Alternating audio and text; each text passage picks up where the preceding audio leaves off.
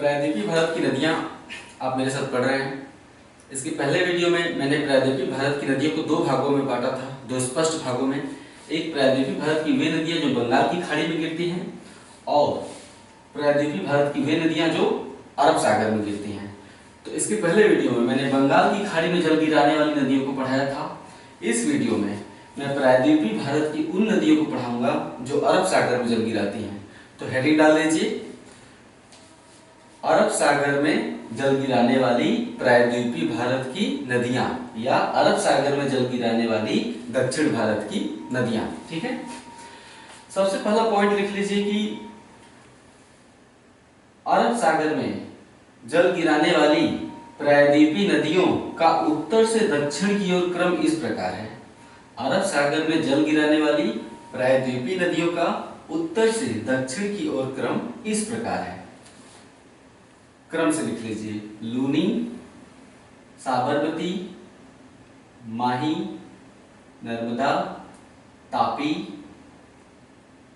मांडवी, जुआरी, शरावती, गंगावेली, पेरियार और भरतपुझा। इन नदियों का विवरण मैं डिटेल में अभी दूंगा, तो इनको क्रम से आप लिख लीजिए। कभी कभी क्रम पूछ देता है परीक्षाओं में कि 3 नदियां दे देगा, बोलेगा कि इनको उत्तर से दक्षिण की ओर सही क्रम में लगाइए, है ना, ऑप्शन में, तो आपको लगाना होता है। तो आइए प्रायद्वीपीय भारत की नदियों को एक एक करके पढ़ने से पहले कुछ महत्वपूर्ण तथ्यों को पहले ही लिख लीजिए, जहां से एग्जाम में सवाल बार बार आते हैं, है ना। कुछ कॉमन तथ्य होते हैं। तो नंबर 1 लिखिए, प्रायद्वीपीय भारत की 4 नदियां खंभात की खाड़ी में गिरती हैं। जो अरब सागर है, अरब सागर का ये गुजरात के दक्षिण में जो सकरा भाग है, गुजरात के दक्षिण में जो सकरा भाग है उसे हम खंभात की खाड़ी कहते हैं। पता ही आपको, पहले वीडियो में सारा पढ़ चुके हैं आप। तो प्रायद्वीपीय भारत की 4 नदियां खंभात की खाड़ी में गिरती हैं। इनके नाम लिख लीजिए, साबरमती, माही, नर्मदा और तापी। ये चारों नदियां खंभात की खाड़ी में गिरती हैं। ठीक है, दूसरा पॉइंट लिखिए, प्रायद्वीपीय भारत की लूनी नदी समुद्र तट तक नहीं पहुंच पाती है। लूनी नदी समुद्र तट तक पहुंचने से पहले ही कच्छ के रण में, अर्थात रण मतलब दलदल होता है, दलदल, अर्थात कच्छ के दलदल में विलीन हो जाती है। समुद्र तट तक पहुंचने से पहले ही कच्छ के दलदल में विलीन हो जाती है। अगला पॉइंट, नर्मदा और तापी नदियां प्रायद्वीपीय भारत की अरब सागर में जल गिराने वाली नदियों में से नर्मदा और तापी नदियां भ्रंश घाटियों में प्रवाहित होती हैं। नर्मदा भ्रंश घाटी सतपुड़ा पहाड़ी के उत्तर में है, और तापी भ्रंश घाटी सतपुड़ा पहाड़ी के दक्षिण में है। नर्मदा भ्रंश उत्तर में और तापी भ्रंश सतपुड़ा के दक्षिण में है। ठीक है, नेक्स्ट पॉइंट, नर्मदा और तापी नदियां प्रायद्वीपीय पठार के सामान्य ढाल के विपरीत, नर्मदा और तापी नदियां प्रायद्वीपीय पठार के सामान्य ढाल के विपरीत, प्रायद्वीपीय पठार का सामान्य ढाल किधर है? पूर्व की तरफ है। तो वही आप लिखिए इसको कि नर्मदा और तापी नदियां प्रायद्वीपीय पठार के सामान्य ढाल के विपरीत अपनी भ्रंश घाटियों में पश्चिम दिशा में प्रवाहित होती हैं और खंभात की खाड़ी में जल गिराती हैं, क्योंकि नर्मदा और तापी भ्रंश घाटियों का ढाल पश्चिम की तरफ है। इन भ्रंश घाटियों का ढाल पश्चिम की तरफ है, जबकि प्रायद्वीपीय पठार का ढाल पूरब की तरफ है। यही कारण है कि स्वर्ण रेखा, बैतरणी, ब्राह्मणी, महानदी, गोदावरी, कृष्णा, पेन्नार, कावेरी, वैगाई, ताम्रपर्णी इत्यादि नदियां बंगाल की खाड़ी में जल गिराती हैं, जबकि ये दोनों नदियां प्रायद्वीपीय पठार के मध्य से निकल रही हैं लेकिन गिर रही हैं पश्चिम की ओर। क्यों? क्योंकि ये अपने भ्रंश घाटियों में प्रवाहित हो रही हैं और भ्रंश घाटी का ढाल पश्चिम की तरफ है। ठीक है, समझ गए? नेक्स्ट पॉइंट, पश्चिमी घाट से बहुत सी छोटी छोटी नदियां निकलकर, पश्चिमी घाट से बहुत सी नदियां निकलकर अरब सागर में गिरती हैं। पश्चिमी घाट से निकलकर अरब सागर में गिरने वाली नदियां बहुत ही छोटी हैं और पश्चिमी घाट का पश्चिमी ढाल चूंकि कगार नुमा खड़ा है पश्चिमी घाट का पश्चिमी ढाल चूंकि कगारनुमा खड़ा है, इसलिए पश्चिमी घाट से निकलने वाली नदियां जो अरब सागर में गिरती हैं बहुत ही तीव्र ढलानों से बहती हैं। तीव्र ढलानों से बहने के कारण ये नदियां बहुत ही प्रपाती हैं, अर्थात झरनों या प्रपातों का निर्माण करती हैं, जल प्रपातों का। ओके, यानी पश्चिमी घाट से निकलकर जो नदियां अरब सागर में गिरती हैं वो कगार के सहारे बहती हैं, बहुत तीव्र ढाल के सहारे। इसके चलते ये प्रपाती हैं, अर्थात बहुत सारे यहाँ झरनों का निर्माण होता है, प्रपातों जल प्रपातों का निर्माण हो जाता है प्राकृतिक रूप से। ठीक है, तो माही नदी कर्क रेखा को, नेक्स्ट पॉइंट लिखना है आपको कि माही नदी कर्क रेखा को 2 बार काटती है और खंभात की खाड़ी में गिरती है। ये हो गए कुछ कॉमन फैक्ट्स जो आपने अभी लिखे।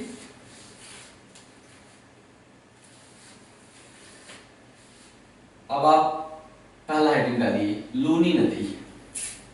सबसे उत्तर से दक्षिण की तरफ बढ़ेंगे।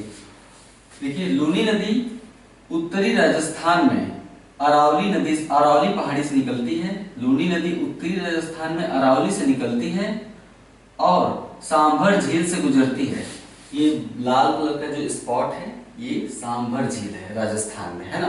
तो लूनी नदी उत्तरी राजस्थान में अरावली पहाड़ी से निकलती है, सांभर झील से होकर गुजरती है और गुजरात के कच्छ के दलदल में, गुजरात के कच्छ के दलदल में अर्थात कच्छ के रन में विलीन हो जाती है।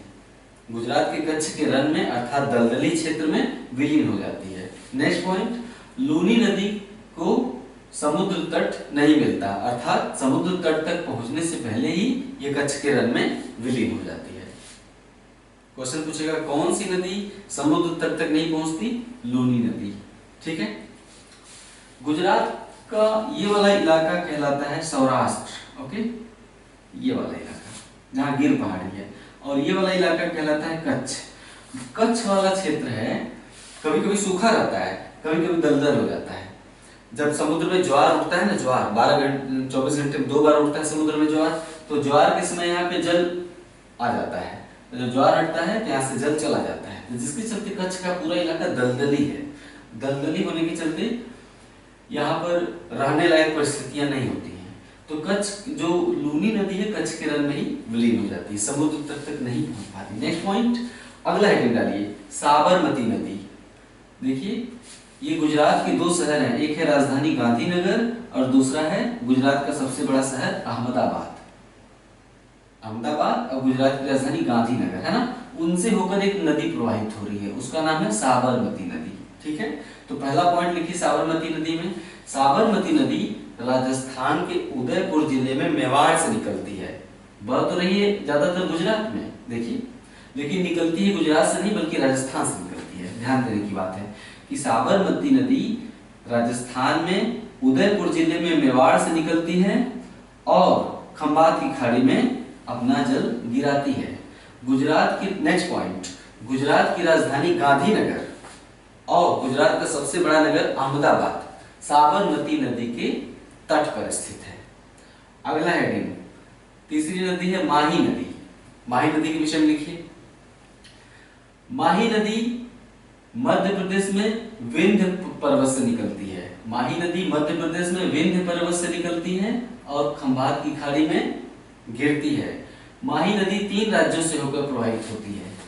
मध्य प्रदेश, ऊपर राजस्थान है, मध्य प्रदेश, राजस्थान और गुजरात। गुजरात यहाँ तक चलाया है, यहाँ नीचे तक चलाया है ना। ये पूरा जो इलाका है ये आ जाता है आपका गुजरात, ये पूरा है गुजरात। तो माही नदी मध्य प्रदेश के विंध्य पर्वत से निकलती है और उसके बाद मध्य प्रदेश, राजस्थान और गुजरात में प्रवाहित होते हुए खंभात की खाड़ी में अपना जल गिराती है। नेक्स्ट पॉइंट, माही नदी राजस्थान में कर्क रेखा को 2 बार काटती है। जहां पे 1 बार काट रही है फिर 2 बार काट रही है। ये जो पूरा इलाका है ये राजस्थान का है, ये पूरा इलाका राजस्थान का है। राजस्थान में ये 2 बार काटती है, तो वही मैंने बोला अगला पॉइंट है, माही नदी राजस्थान में कर्क रेखा को 2 बार काटती है। ठीक है, अगला हेडिंग डालिए, नर्मदा नदी। नर्मदा के विषय में सबसे पहला फैक्ट लिखने लायक जो है, अरब सागर में जल गिराने वाली प्रायद्वीपीय भारत की नदियों में सबसे लंबी नदी है। नर्मदा नदी अरब सागर में जल गिराने वाली प्रायद्वीपीय भारत की नदियों में सबसे लंबी नदी है। नेक्स्ट पॉइंट, नर्मदा नदी गोदावरी, नर्मदा नदी गोदावरी और कृष्णा, ये गोदावरी और ये कृष्णा, नर्मदा नदी गोदावरी और कृष्णा नदियों के बाद पूरे प्रायद्वीपीय भारत की तीसरी सबसे लंबी नदी है। नर्मदा नदी गोदावरी और कृष्णा नदियों के बाद पूरे प्रायद्वीपीय भारत की तीसरी सबसे लंबी नदी है। पहला फैक्ट क्या था कि अरब सागर में जल गिराने वाली नदियों में प्रायद्वीपीय भारत की सबसे लंबी नदी, लेकिन कृष्णा, गोदावरी और कृष्णा के बाद प्रायद्वीपीय भारत की तीसरी सबसे लंबी नदी। स्पष्ट हो गया? ठीक है। इसके बाद आप लिखिए नर्मदा नदी मैकाल, ये देखिए यहां तक है राजपीपला, ये सतपुड़ा पहाड़ी है ना, यहां तक है महादेव, राजपीपला, महादेव और मैकाल। सतपुड़ा पर्वत में 3 पहाड़ियां हैं, राजपीपला, महादेव, मैकाल। तो नर्मदा के विषय में तीसरा फैक्ट आप लिखेंगे, नर्मदा नदी मैकाल पर पहाड़ी पर स्थित अमरकंटक चोटी, नर्मदा नदी मैकाल पहाड़ी पर स्थित अमरकंटक चोटी से निकलकर पश्चिम में अपनी भ्रंश घाटी में प्रवाहित होती है और भड़ौच के पास, भरूच या भड़ौच, और भड़ौच के पास खंबात की खाड़ी में अपना मुहाना बनाती है। नेक्स्ट पॉइंट, मध्य प्रदेश का प्रमुख शहर जबलपुर और गुजरात का भड़ौच, ठीक, नर्मदा नदी के तट पर स्थित हैं। जबलपुर और भड़ौच नर्मदा नदी के तट पर स्थित हैं। नेक्स्ट पॉइंट, नर्मदा नदी 3 राज्यों से होकर प्रवाहित होती है, मध्य प्रदेश, महाराष्ट्र, गुजरात। महाराष्ट्र जो है यहां तक चलाता है, ठीक है, महाराष्ट्र आपका यहां तक चलाता है, ये काले रंग की रेखा देख रहे हैं, तो उत्तर में यहां तक चलाता है महाराष्ट्र। ये तो हो गई गुजरात वाली रेखा है ना, ये हो गई आपकी गुजरात वाली रेखा, और ये हो गई महाराष्ट्र वाली रेखा। देखिए साफ साफ है ना। नर्मदा नदी मध्य प्रदेश, महाराष्ट्र और गुजरात 3 राज्यों में प्रवाहित होती है। साफ साफ दिख रहा है, मध्य प्रदेश, महाराष्ट्र और गुजरात। ओके। नर्मदा नदी की सर्वाधिक लंबाई मध्य प्रदेश में है, नर्मदा की सर्वाधिक लंबाई मध्य प्रदेश में है। नेक्स्ट पॉइंट, नर्मदा नदी जबलपुर में भेड़ा घाट के चट्टानों में, नर्मदा नदी जबलपुर में नहीं, जबलपुर के पास, नर्मदा नदी जबलपुर के पास भेड़ा घाट एक स्थल है, भेड़ा घाट की संगमरमर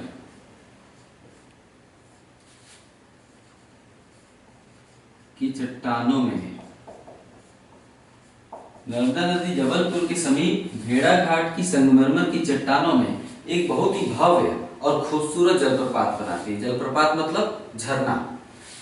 जब ये धरातल है और ये ऊंचे उठे हुए पठार है, ओके, कोई नदी इस पे जब बहती हुई आ रही है और यहाँ से ऐसे गिरती है ना, उसका जल जब यहाँ पे ऐसे गिरता है नीचे धरातल तक, हालांकि यहाँ पे धरातल समतल नहीं रह जाता, धरातल और गड्ढा हो जाता है। क्यों? क्योंकि नदी लगातार गिरते गिरते इसे यहाँ पे गड्ढा कर देती है, तो नीचे क्या बन जाता है?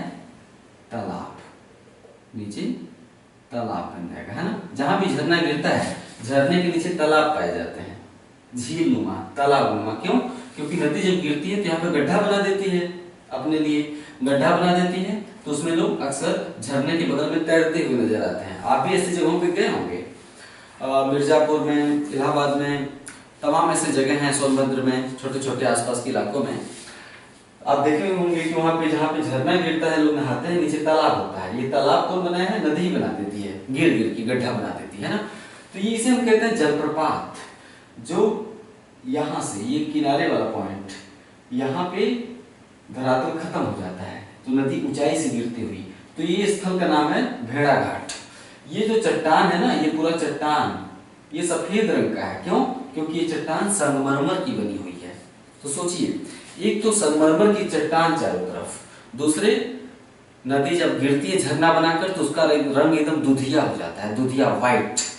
एक तो संगमरमर की चट्टान, ऊपर से नदी का झरना, बहुत ही खूबसूरत नजारा हो जाता है वहां पे।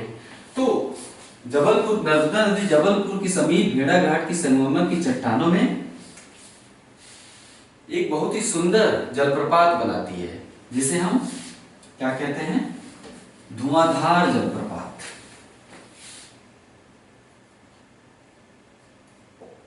धुआंधार जलप्रपात या कपिल धारा या कपिल धारा जलप्रपात इसे कहते हैं। ठीक है, ये स्थल कौन सा है, भेड़ाघाट। ये भेड़ाघाट की संगमरमर की चट्टान है ना, कल्पना करिए। ठीक है,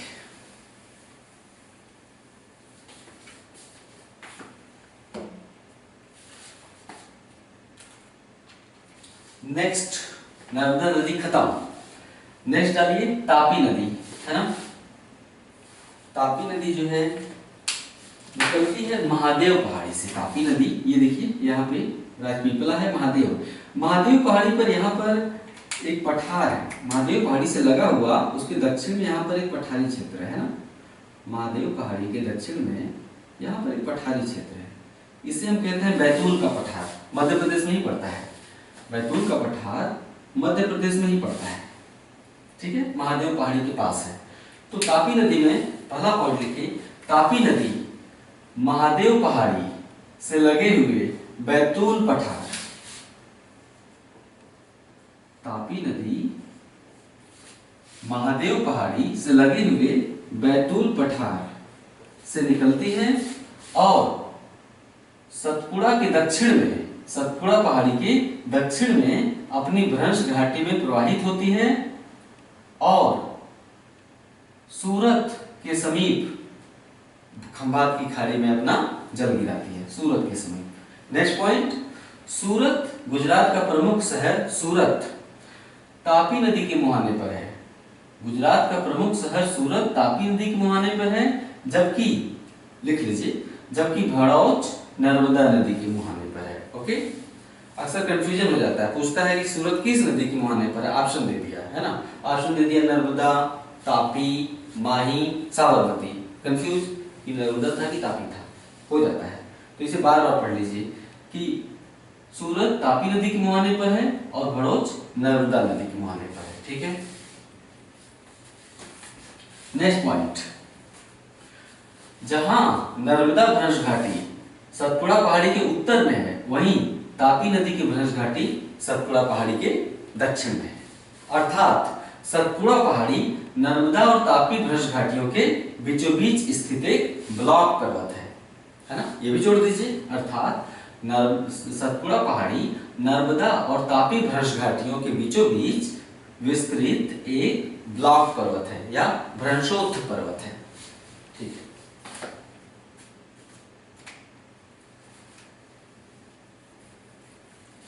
नेक्स्ट पॉइंट, अरब सागर में मुहाना बनाने वाली या अरब सागर में जल गिराने वाली प्रायद्वीपीय भारत की नदियों में तापी दूसरी सबसे लंबी नदी है। ऐसे लिख सकते हैं या ऐसे भी लिख सकते हैं कि अरब सागर में जल गिराने वाली प्रायद्वीपीय भारत की नदियों में नर्मदा नदी के बाद तापी दूसरी सबसे लंबी नदी है ना। ठीक है, नेक्स्ट पॉइंट, नर्मदा नदी की भांति तापी नदी भी 3 राज्यों से बहती है। नर्मदा की भांति, तुलना करते हुए, चलिए तुलना करते हुए लिखेंगे, अच्छा रहेगा, याद हो जाता है। नर्मदा की भांति तापी नदी भी 3 राज्यों से प्रवाहित होती है। उन्हीं 3 राज्यों से, मध्य प्रदेश, महाराष्ट्र, गुजरात, है ना। देखिए, मध्य प्रदेश, महाराष्ट्र, गुजरात, 3 राज्यों से प्रवाहित होती है। ठीक है, गुजरात में उकाई, गुजरात में 2 जल विद्युत परियोजनाएं बहुत ही फेमस हैं, उकाई और काकरापार।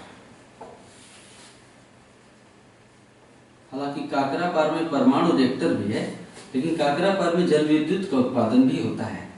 जल विद्युत का उत्पादन कैसे किया जाता है, एक चैप्टर आएगा भूगोल में, ऊर्जा परिदृश्य, उसमें हम बताएंगे कि भारत में ऊर्जा उत्पादन कैसे होता है, उसका स्रोत क्या है, उत्पादन कैसे किया जाता है, उसका मैकेनिज्म क्या है, कितने तरह का होता है, ताप विद्युत कैसे उत्पादित किया जाता है, जल विद्युत कैसे, जल संयंत्र स्थापित कैसे किए जाते हैं, वो सब कुछ हम बताएंगे। फिर आप यहाँ पे इतना जानिए कि गुजरात में उकाई और काकरापार जल विद्युत परियोजनाएं, जल विद्युत परियोजनाएं तापी नदी पर ही स्थित हैं। गुजरात में उकाई और काकरापार जल विद्युत परियोजनाएं तापी नदी पर ही स्थित हैं। अगला हेडिंग डालिए,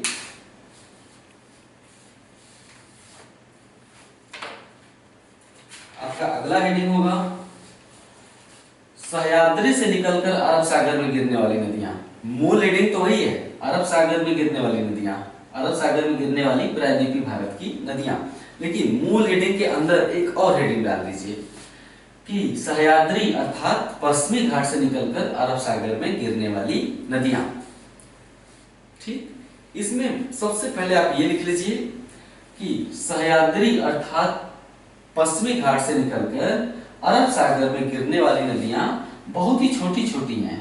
दूसरे, ये बहुत ही तीव्र गति से प्रवाहित होती हैं, इनका वेग बहुत ही तीव्र है, अर्थात पश्चिमी घाट से निकलकर अरब सागर में गिरने वाली नदियां बहुत ही छोटी हैं और साथ ही बहुत ही तीव्रगामी हैं, छोटी हैं और तीव्रगामी हैं। ठीक है, क्यों? उसी में आगे जोड़िए, क्योंकि पश्चिमी घाट का पश्चिमी ढाल, क्योंकि पश्चिमी घाट का पश्चिमी ढाल कगारनुमा है। देखिए, जो प्रायद्वीपीय भारत का पूर्वी ढाल कगारनुमा नहीं है, ये धीरे धीरे इसका ढाल नीचे आता है, लेकिन पश्चिमी घाट का जो पश्चिमी ढाल है वो बिल्कुल कगारनुमा है, जिस कारण, लिखते जाइए, जिस कारण पश्चिमी घाट से पश्चिमी तट की तरफ निकलने वाली नदियां बहुत ही तीव्र ढाल से होकर प्रवाहित होती हैं। यही कारण है कि पश्चिमी घाट से निकलकर अरब सागर में गिरने वाली नदियां बहुत ही तीव्रगामी हैं। क्यों? क्योंकि खड़े ढाल पर प्रवाहित होती हैं, खड़े ढाल पर बिल्कुल प्रवाहित होती हैं। ठीक है, ठीक है।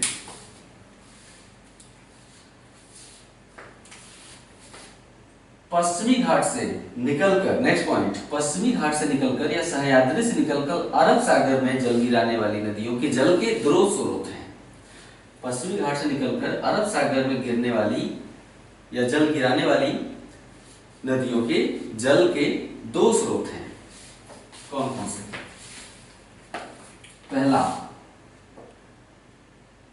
जून से लेकर सितंबर तक, जून से लेकर सितंबर तक दक्षिणी पश्चिमी मानसून, जून से लेकर सितंबर तक दक्षिणी पश्चिमी मानसून पश्चिमी घाट से टकराकर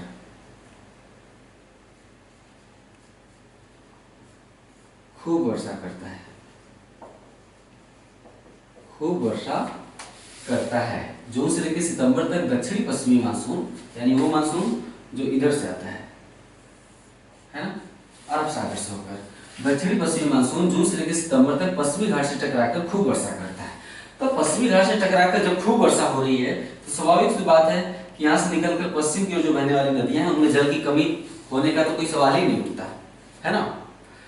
दूसरा कारण मैंने बताया कि पश्चिमी घाट से निकलकर अरब सागर में जल गिराने वाली नदियों के जल के दो स्रोत हैं। पहला स्रोत, जून से सितंबर तक दक्षिणी पश्चिमी मानसून पश्चिमी घाट से टकराकर खूब वर्षा करता है। दूसरा स्रोत क्या है भाई? बरसात तो मुख्य रूप से इन क्षेत्रों में 3 ही महीने होती है, 4 महीने, जून, जुलाई, अगस्त, सितंबर। बाकी का महीना शुष्क होता है, ड्राई मंथ्स। तो जो सूखे महीने हैं उनमें इन नदियों को जल कैसे मिलता है? तो देखिए, ये प्रायद्वीपीय भारत का पठार है। आप जब पठारी क्षेत्रों में कभी घूमने जाएंगे, पठारी क्षेत्र मिर्जापुर से स्टार्ट हो जाता है, इलाहाबाद के दक्षिण में यहाँ पर मिर्जापुर है, मिर्जापुर से पठारी क्षेत्र स्टार्ट हो जाता है, कन्याकुमारी तक जाता है। तो आप मिर्जापुर में भी जाएंगे कभी घूमने तो आप देखेंगे कि पठारी क्षेत्र में चट्टानों के बीचों बीच गहरी गहरी दरारें पाई जाती हैं, है ना। पठारी क्षेत्रों में चट्टानों के बीचों में खूब गहरी गहरी मोटी मोटी दरारें पाई जाती हैं। जब बरसात होता है तो पठारी क्षेत्रों में उन दरारों में जल भर जाता है। ओके, पठारी क्षेत्रों में, भाई पठारी क्षेत्र बहुत ही विशाल है। सोचिए, मध्य प्रदेश से लेके महाराष्ट्र, कर्नाटका, गोवा, तमिलनाडु, केरला, आंध्रा, उड़ीसा, छत्तीसगढ़, पूरा इतने सारे राज्य इसमें समा गए हैं। ये व्हाइट बोर्ड इतना बड़ा नहीं है, बहुत से दसों राज्यों में फैला हुआ है। इतने विशाल क्षेत्र में जब दरारों में जल भरा रहेगा, है ना, तो वर्षा का जल दरारों में भर जाता है। और शुष्क क्षेत्र में जब मौसम सूखा हो जाता है तो इन नदियों में इन्हीं दरारों का जल रिसता रहता है। जो प्रायद्वीपीय पठार पर जो दरारें हैं उनका जल रिसता रहता है यही, और रिस कर पश्चिमी घाट से पश्चिम की ओर वही जल बहता रहता है। घाटियां नदियों ने पहले ही बना दी हैं। नदियों ने क्या किया है, घाटियां बना दी हैं। तो स्वाभाविक सी बात है कि जो जल रिसेगा कहाँ बहेगा, गहरे क्षेत्रों में बहेगा। घाटी मतलब गहरे क्षेत्र। तो जो जल रिसता है पश्चिम की ओर प्रवाहित होता है तो गहरे क्षेत्रों में चला जाता है, यानी उन्हीं नदियों की घाटियां, यानी नदियों में जल लगभग लगभग बना रहता है। या तो बरसात हो जाती है या फिर दरारों का जल मिलता रहता है ना। तो लिख लिया यहाँ पे। पहला स्रोत क्या है, सितंबर तक दक्षिणी पश्चिमी मानसून टकराकर वर्षा करता है पश्चिमी घाट से। दूसरा कारण, प्रायद्वीपीय पठार के दरारों में संचित जल शुष्क मौसम में इन नदियों को मिलता रहता है। यही कारण है कि पश्चिमी तट पर बहने वाली नदियों में जल की मात्रा बनी रहती है। ठीक है,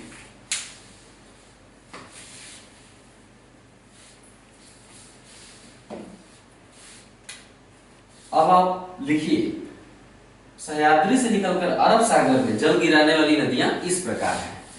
पहला, गुजरात में, इनका नाम जान लीजिए। गुजरात में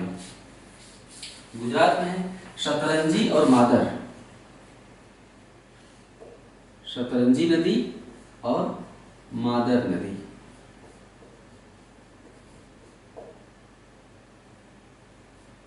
है ना, गुजरात में दो नदियां हैं, शतरंजी और मादर। यहाँ पे क्योंकि पश्चिमी घाट पूरा उत्तर तक चला है यहाँ तक, और यहाँ गिर की पहाड़ियों के रूप में भी एक तरह से कुछ पहाड़ियां हैं। तो गुजरात में जो छोटी नदियां निकलती हैं इन चट्टानों से, उन्हें हम कहते हैं शतरंजी और मादर। दूसरा है गोवा में।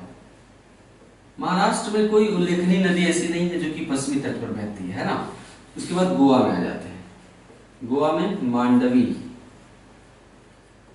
और जुआरी। गोवा में मांडवी और जुआरी दो नदियां हैं। ये हमने गोवा बनाया। गोवा की राजधानी पणजी है ना। गोवा की राजधानी पणजी, पणजी के उत्तर में मांडवी प्रवाहित हो रही है और दक्षिण में जुआरी नदी। तो अगला पॉइंट ये लिखना है कि गोवा की राजधानी पणजी मांडवी नदी के तट पर है। गोवा की राजधानी पणजी मांडवी नदी के मुहाने पर है या तट पर है। ये हो गया। उसके बाद अगला आप देखिए, कर्नाटक में।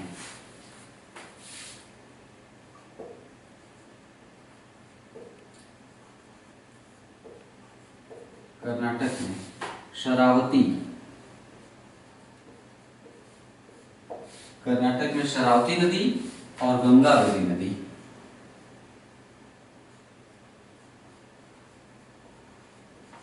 कर्नाटक में शरावती नदी और गंगावती नदी। ठीक है। इसके बाद आप अगला लिखिए, केरला में। केरला में है भरतपुझा नदी,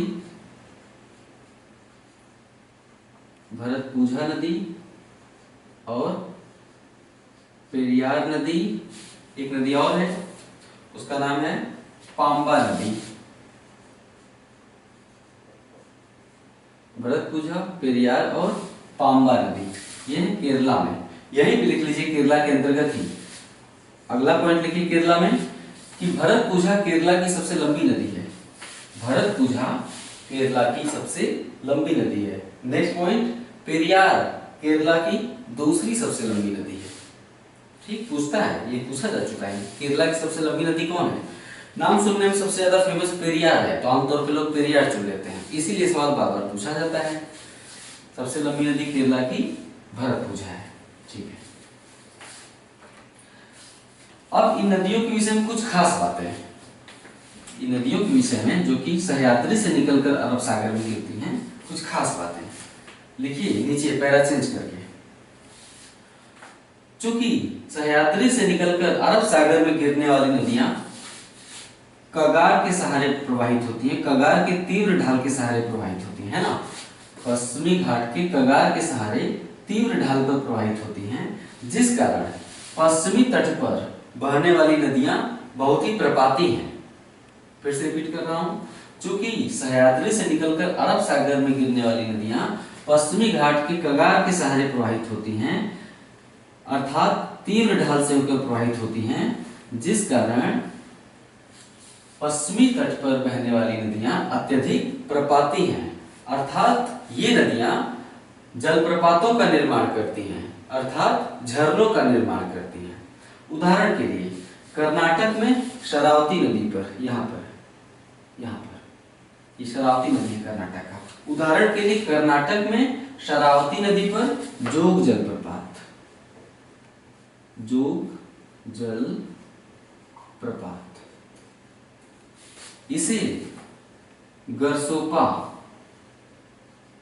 जोग जलप्रपात को गरसोपा या महात्मा गांधी, गरसोपा या महात्मा गांधी जलप्रपात भी कहते हैं। तीन नाम है, जोग जलप्रपात, गरसोपा जलप्रपात या महात्मा गांधी जलप्रपात। ठीक है, किस नदी पर है? कर्नाटक में शरावती नदी पर है। क्यों है? क्योंकि मैंने बताया कि कगार के सहारे नदियां बहती हैं, इसलिए यहाँ पर नदियां प्रपाती हैं, अर्थात झरनों का निर्माण करती हैं, जलप्रपातों का निर्माण करती हैं। उदाहरण के लिए कर्नाटक में शरावती नदी पर जोग जलप्रपात। ठीक है, आप में इतना स्किल तो होगा ही, ठीक है, अधिकतर लोग तेज करा रहे हैं, कमेंट से पता चलता है, लेकिन कुछ लोग बिल्कुल नए हैं, कोई भी मंद नहीं होता है और कोई भी तेज नहीं होता है, सभी लोग एक जैसे ही होते हैं। किसी ने तैयारी हाल ही में प्रारंभ की है, कोई बहुत दिनों से पढ़ रहा है ना, तो उसके चलते लोगों में अंतर आ जाता है। कोई बात को तुरंत पकड़ लेता है, कोई थोड़ा सा देर से पकड़ता है, बिकॉज उसने अभी हाल ही में स्टडी स्टार्ट कर दी है, तो इसमें कोई दोष वाली बात नहीं है। तो मैं आपसे ये पूछना चाहता हूँ कि मैं जो लिखवाता हूँ, सारे जो बोलता हूँ, उसे सुनकर लिखने की निपुणता आप में है या नहीं है? क्या मैं गलत ढंग से बोलता हूँ? क्या मैं ऐसे बोलता हूँ कि आप उसे लिखने में सक्षम नहीं हो पाते हैं? तो मैं और सरल रूप में बोलूं, आप कमेंट करके बताइएगा। और अगर आप मैं जो बोल रहा हूं उसे लिखने में सक्षम है तो वो भी बताइएगा। ठीक है, हाँ, तो ये हो गया कि अधिकतर नदियां यहाँ की जलप्रपाती हैं। तो आपने भी लिखा कि उदाहरण के लिए शरावती, कर्नाटक में शरावती नदी पर जोग जलप्रपात। अगला पॉइंट सुन लिखिए, जोग जलप्रपात की ऊंचाई 271 मीटर है। नोट लिखिए, उसी के नीचे नोट लिख दीजिए ऐसे। नोट में कुछ खास बात है। एक सवाल आता है कि भारत का सबसे ऊंचा जलप्रपात कौन सा है?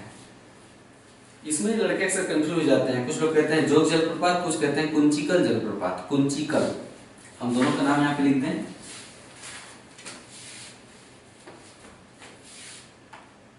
जोग और दूसरा है कुंचिकल। हम जलप्रपात टॉपिक अलग से पढ़ाएंगे, घबराने वाली बात नहीं है। जलप्रपात का एक अलग अध्याय होगा। यहाँ तो शरावती नदी पर है इसलिए मैंने बता दिया। ठीक है, तो ये दोनों ही ऊंचे हैं। अंतर कैसे है? दोनों अलग अलग मायनों में ऊंचे हैं। देखिए मैंने बताया ना कि ये है चट्टानी क्षेत्र, है ना, यहाँ पर अचानक ढाल आ गया और ये है धरातल नीचे का, यहाँ पे झरना गिरता है, नदी बहती हुई आती है और यहाँ पे जल गिराती है ना, नदी बहती हुई आती है और यहाँ पे अपना जल गिरा देती है ना,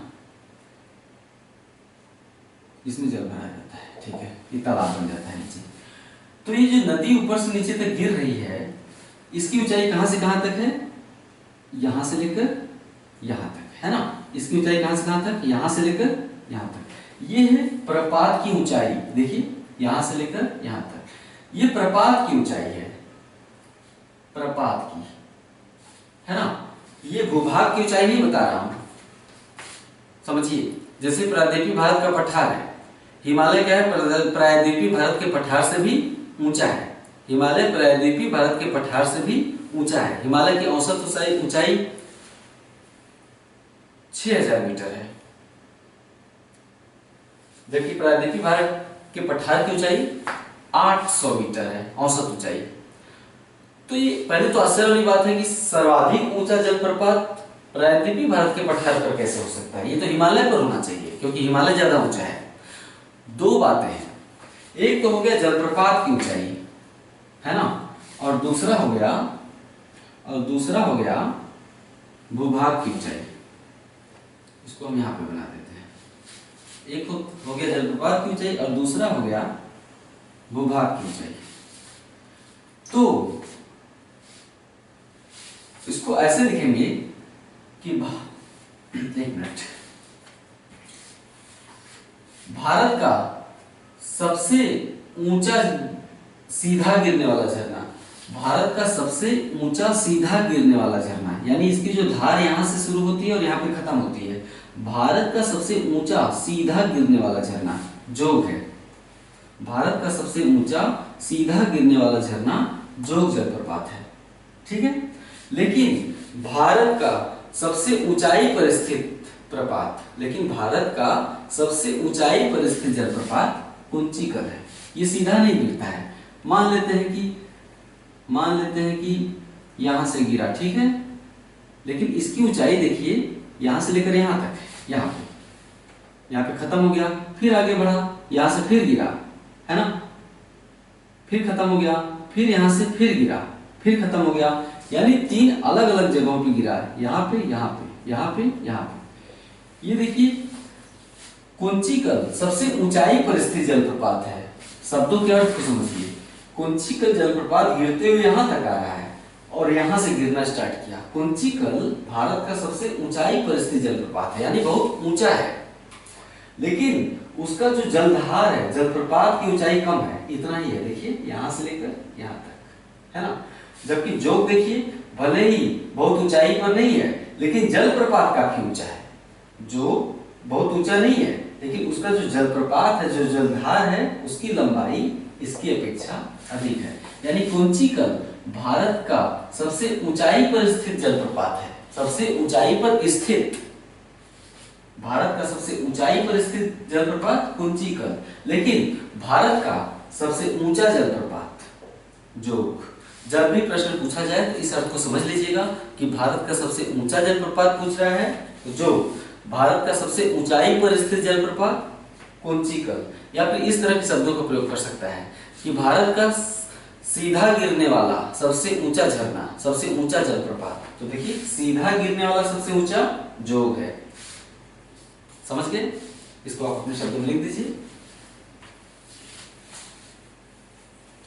नेक्स्ट और अंतिम पॉइंट ये है कि सह्याद्री से निकलकर अरब सागर में जल गिराने वाली नदियां चूंकि अत्यधिक प्रपाती हैं, सह्याद्री से निकलकर अरब सागर में जल गिराने वाली नदियां चूंकि अत्यधिक प्रपाती हैं, इसलिए यहां पर जल विद्युत उत्पादन की संभावना बहुत अधिक है। जल विद्युत उत्पादन की संभावना वही अधिक होती है जहां नदी का जल ऊंचाई से गिरता हो झरने के रूप में। जब नदी का जल ऊंचाई से झरने के रूप में गिरता है तो वो एक फोर्स लगाता है। आप कहीं ऊंचाई से झरना गिर रहा हो, उसके नीचे खड़े हो जाइए, बचना मुश्किल हो जाएगा। क्यों? क्योंकि ऊपर से जो जल गिर रहा है इतने फोर्स के साथ गिर रहा है कि मानव शरीर उसके आगे कुछ नहीं है ना। वो तो चट्टानों को भी भेद देता है, तो मानव शरीर तो उसके आगे बहुत ही नाजुक और मुलायम है। तो ऊपर से गिरता हुआ जो जल होता है उसमें ताकत होती है, फोर्स होता है। उस फोर्स के सहारे हम यहाँ पर जो जल एक बिजली पैदा करने वाली जो मशीन होती है, टरबाइन कहते हैं। क्या कहते हैं? टरबाइन। तो टरबाइन यहाँ लगा देते हैं, उसमें पंखे होते हैं, है ना। ये जल जब गिरता है तो पंखों को घुमाता है। जल जब ऊंचाई से गिरता है तो पंखों को घुमाता है, और जब पंखे घूमेंगे तो अंदर विद्युत चुंबकीय क्षेत्र होता है। ये एक मशीन है, अंदर विद्युत चुंबकीय क्षेत्र होता है। वो जितना ही तेजी से और देर तक घूमेगा, अंदर बिजली पैदा होगी। वास्तव में टरबाइन की इस पंखे को घुमाने के लिए ही जल का प्रयोग किया जाता है। ताप विद्युत में कोयला जलाया जाता है, कोयला जलाकर ताकत पैदा की जाती है और इस टरबाइन को घुमाया जाता है। समझ रहे हैं? यानी जल विद्युत में जल के द्वारा घुमाया जाता है टरबाइन को, ताप विद्युत में कोयला जलाकर घुमाया जाता है ना। अब पेट्रोल जलाकर भी बिजली बना सकते हैं, लेकिन किस काम का? पेट्रोल इतना महंगा है, उससे बिजली बनाएंगे तो उसका बिल बहुत ज्यादा हो जाएगा।